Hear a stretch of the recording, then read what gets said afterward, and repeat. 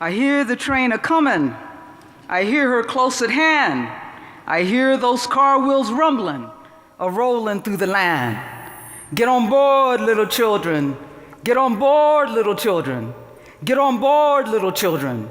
There's room for many a more. In the name of our Creator, Redeemer, and Sanctifier. Amen.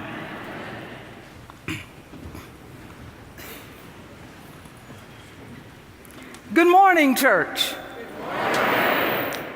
So here we all are, gathered on this fourth Saturday of Easter 2019 to witness the consecration of our sister, the Reverend Kimberly Lucas, as the 11th Bishop of the Episcopal Church in the Diocese of Colorado.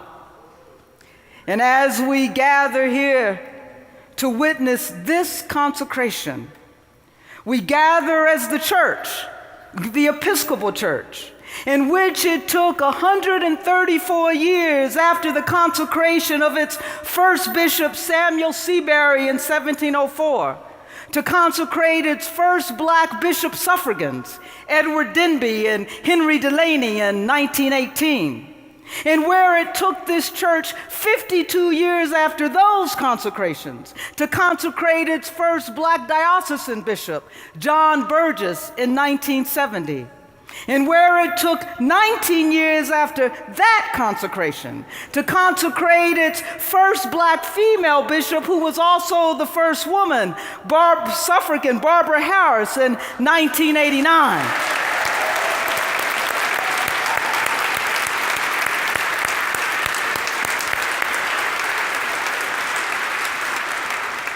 And where it took 24 years after that to consecrate its second black female bishop suffragan, Gail Harris, in 2003.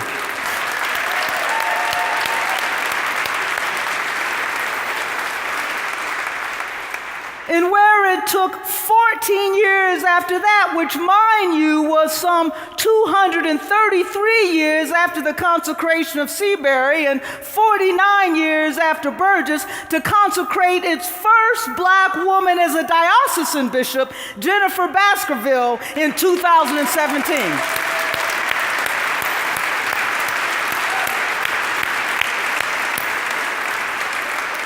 And then it happened.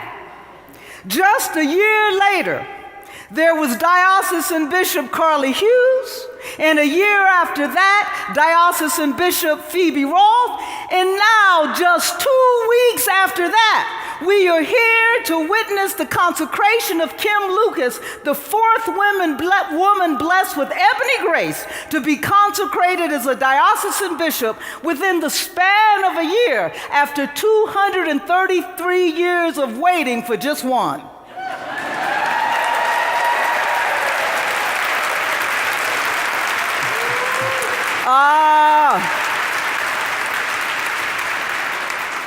It seems to me that something is moving in this land that is calling out to our church.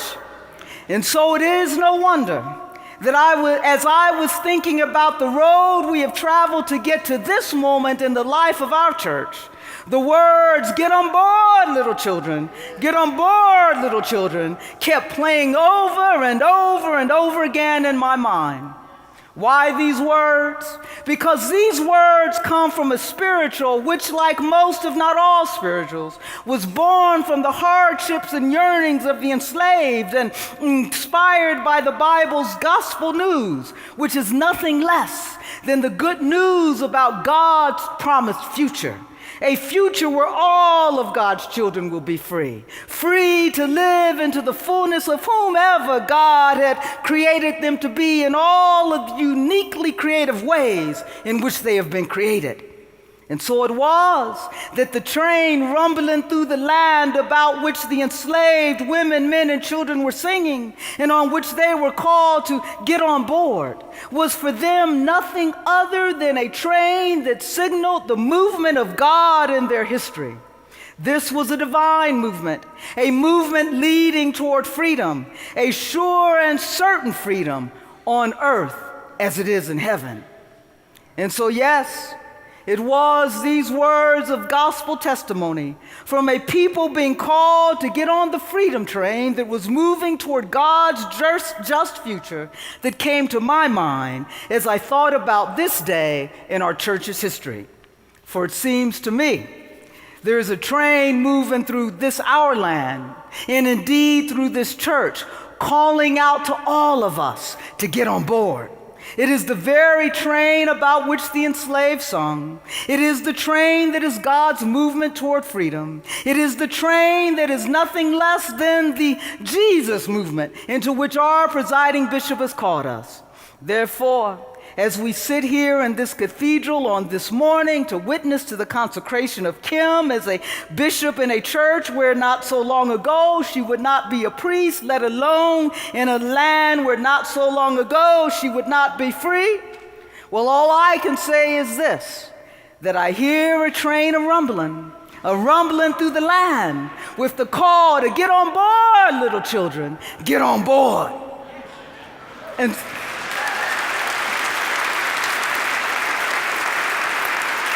And so what?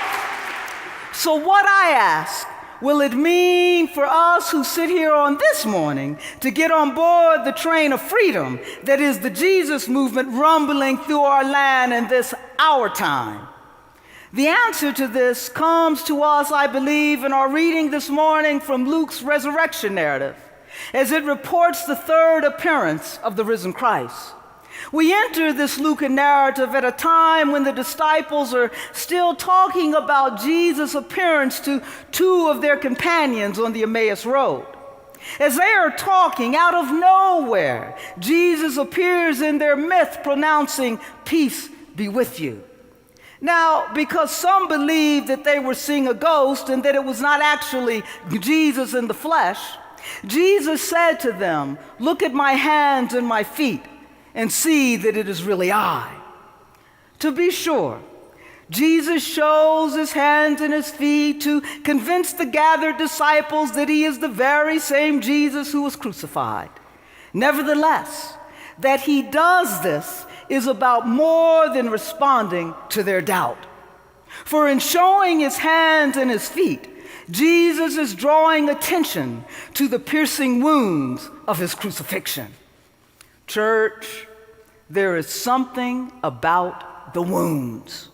For it is the crucifying wounds of Jesus that make clear once and for all Jesus' utter solidarity with those who are wounded by the crucifying realities that promise death, not life, in his own time, like the poor, the lame, the lepers, the Samaritan women.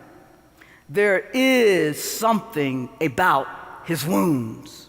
And that something begins to answer for us what it means to get on board the train that is the Jesus movement rumbling through our land. For this is a train that goes through the cross. And thus to get on board is about nothing less than what I call a crucifying proximity, which means this.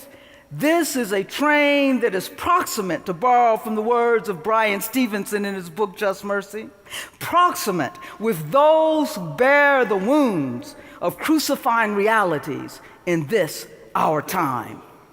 This train that is the Jesus movement is a train that will move us off of the floor of the House of Bishops and out from behind the stained glass windows of our sanctuaries and on to the streets of our land, where, for instance, young black people bear the crucifying wounds of anti-black racism that is police brutality, or into our inner cities where brown and black children disproportionately bear the crucifying wounds of poverty that is the school to prison pipeline, or to our borders where immigrant children bear the crucifying wounds of xenophobic bigotry that is parental separation and tent encampments, or inside our schools where LGBTQ children bear the crucifying wounds of homophobic bullying that is suicidal. Hear this, church. There is no getting around it. To get on the train that is the Jesus movement means that we will actually have to move.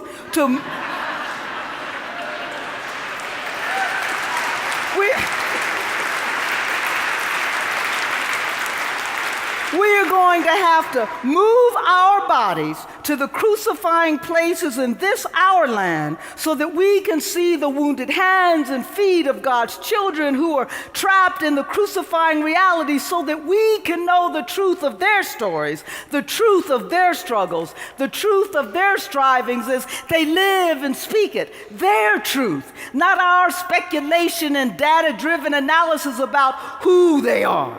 And so, we are called to get on board this train defined by crucifying proximity so that when we enter back onto the floor of the House of Bishops or behind the stained glass windows of our sanctuaries, that the actions we take, the sermons we preach, and the work that we do will actually be relevant and will advance freedom for those whose lives are wounded every day by crucifying realities. This is what crucifying proximity is all about. This is why it matters. This is the movement of the Jesus that showed them his hands and feet. Get on board, little children. Get on board. But then there's more. For our gospel reading tells us that Jesus did not simply show the disciples his hands and feet. Instead, he also bids them to touch him. Touch me and see, Jesus says. There is something about touching the wounds of Jesus. In telling the disciples to touch him, Jesus is calling them to take in the deepness of his pain and to feel the intensity of his suffering as if it is their own. There is something about touching the wounds of Jesus, and that something reveals even more about what it means to get on the train that is the Jesus movement in our land. This train that makes us proximate to the crucifying wounded is also one defined by a certain crucifying passion. This is a passion which calls us to empathize with the pain and suffering of those wounded by crucifying realities as if their pain and suffering is our own. For here's the thing. When it comes right down to it, even in all of our created uniqueness, guess what? We are all really the same. That is, we are all sacred children of God's. Nothing more and nothing less. And by the way, that's pretty darn good. And so it is. It is only by the dint of the constructed and sinful human realities that privileged characteristics such as race, ethnicity, gendered identity, or sexual expression that the crucifying wounds of another are not our own. As my sister would say, we are all simply dressed up dirt. Dressed up dirt with bodies that can be hurt and need cared for, hearts that can be broken and need love, and spirits that can be shattered and need healed.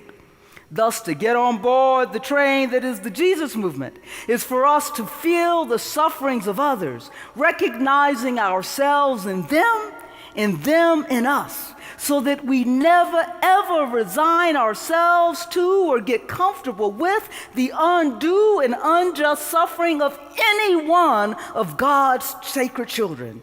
And so, yes, once again, to get on board this train that is the Jesus movement means we gotta move again. We've got to move beyond the apathetic silence and the disinterested aloofness of being a Sunday go-to-church people.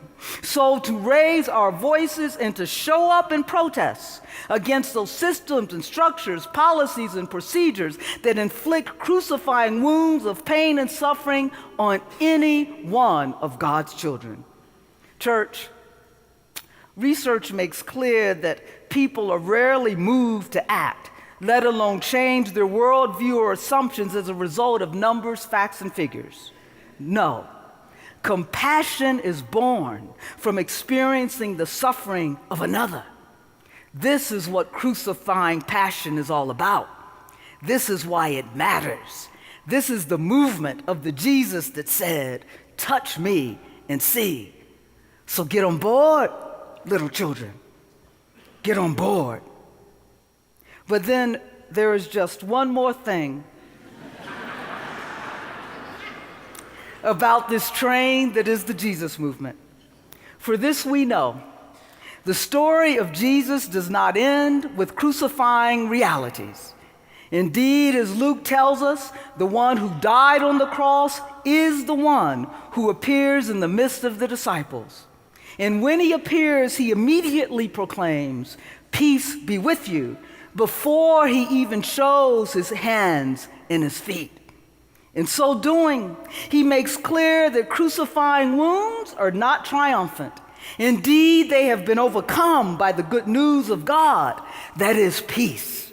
This is a peace that is shalom, that is justice, the justice that is God's promised future, where all of God's children will be free from death-dealing, crucifying realities, so to be free to live and move and have their being as the persons that God has created them to be. This peace, which the resurrected Jesus proclaims, tells us something about what it means to get on board the train that is the Jesus movement. And that is this: to get on board this train is to be a part of a resurrecting partnership. This is a partnership with a resurrecting God, hence making clear that the God of our risen Christ does not tolerate any realities that would dare to wound in any way, even unto death, the sacred dignity and life of any of God's children, and that is everyone who has or has ever had breath. Therefore, to get on board this train that is the Jesus movement in our time means that we cannot be partisans of any powers or policies, be they political or ecclesial, that seek a kind of unity that actually separates us one from another by declaring some more worthy than others, but rather we are to be partners with this resurrecting God and freeing our world from such crucifying realities that alienate us from the very peace of God, a peace that is justice, declaring all equally worthy members of God's family. This means, again, yes, we must move. We must move beyond the protocols and pronouncements of comfortable compromises with those who would crucify the humanity of another. And instead, we must act as if we really believe that the resurrection is real, and thus forge spaces in the world and in our church where all people are free from the threat of being wounded by crucifying realities that deny the sacredness of their being by not making them welcome. This is what a resurrecting partnership is all about. And this is why it matters.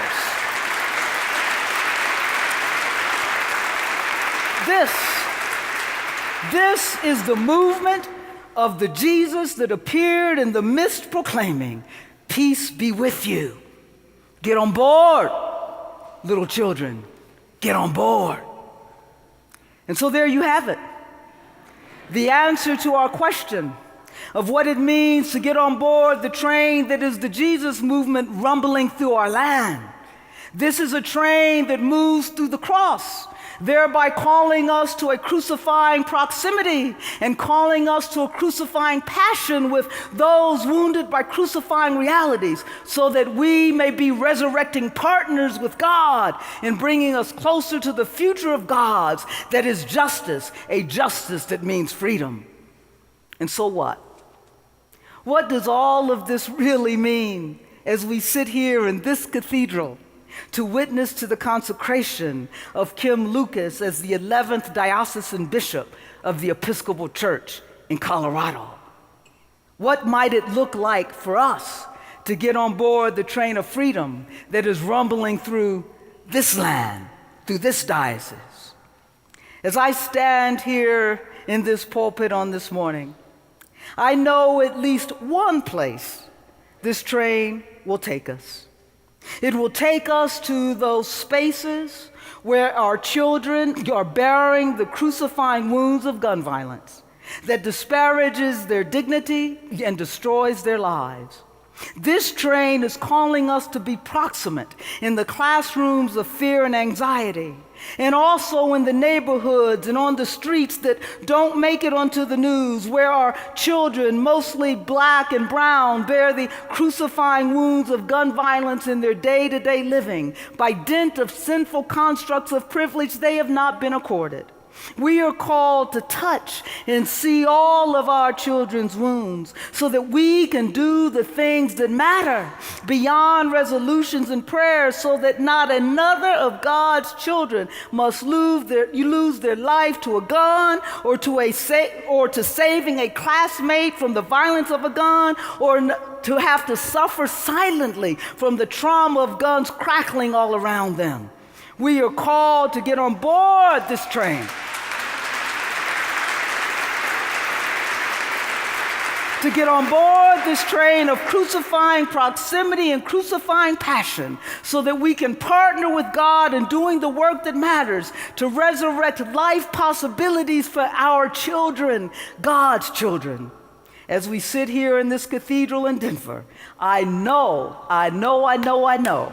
I hear the train rumbling in this land, calling us to get on board to free our children from bearing the wounds of the crucifying reality that is guns violence. And so, Kim,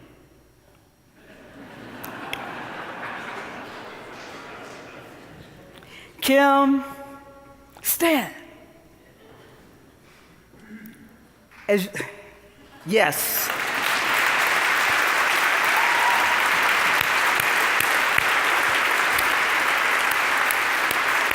Yes. Kim, as you stand here about to be consecrated, hear the train a rumbling that brought you here to this consecrating moment. It is a train about freedom, a freedom from all of those crucifying realities that pierce our hands and our feet, if not our hearts and our souls, with the wounds that deny the very sacredness of all of our humanity and betray the reality of the risen Lord.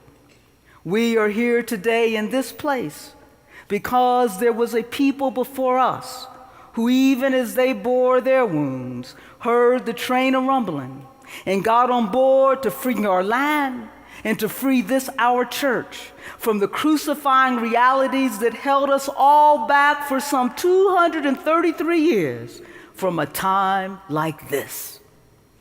So Kim, as you go forward from this place as bishop, always hear and always get on board the train that is crucifying proximity, and be where those who bear the crucifying wounds in this, the land that God has given you to shepherd, be there. Get on board the train that is crucifying passion, touching and feeling the wounds of the crucified, so, Kim, that you can partner with God and lead this diocese in partnering with God in doing the resurrecting work that is justice.